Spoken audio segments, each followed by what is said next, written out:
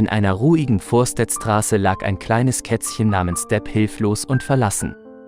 Sie war nur wenige Tage alt, zusammengerollt auf dem kalten Boden, leise weinend nach ihrer Mutter, die nirgendwo zu finden war. Es war offensichtlich, dass jemand sie herzlos weggeworfen hatte, um sie für tot zu lassen.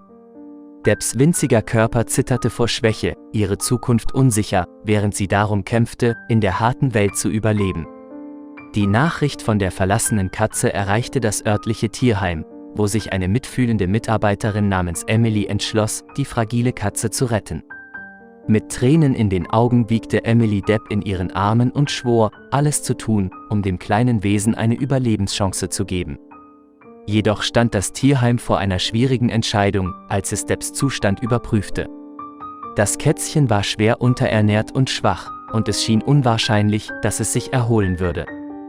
Eine der Mitarbeiterinnen im Tierheim, überwältigt von dem Anblick von Debs Zerbrechlichkeit, glaubte, dass die Euthanasie die mitfühlendste Wahl wäre. Die Uhr tickte, und mit jedem werkehenden Moment hing Debs Schicksal in der Schwebe. Nur 30 Minuten, bevor die herzzerreißende Entscheidung getroffen werden sollte, klingelte ein Anruf durch das Tierheim. Es war ein Mann namens Andrea, der von Debs Notlage erfahren hatte und eine unbestreitbare Anziehungskraft in seinem Herzen verspürte. Ohne zu zögern bot Andrea an, sich um Deb zu kümmern, und versprach, ihr die Liebe und Aufmerksamkeit zu schenken, die sie so dringend brauchte. Deb wurde schnell an Andrea übergeben, der den winzigen Fellball in seinen Händen wiegte.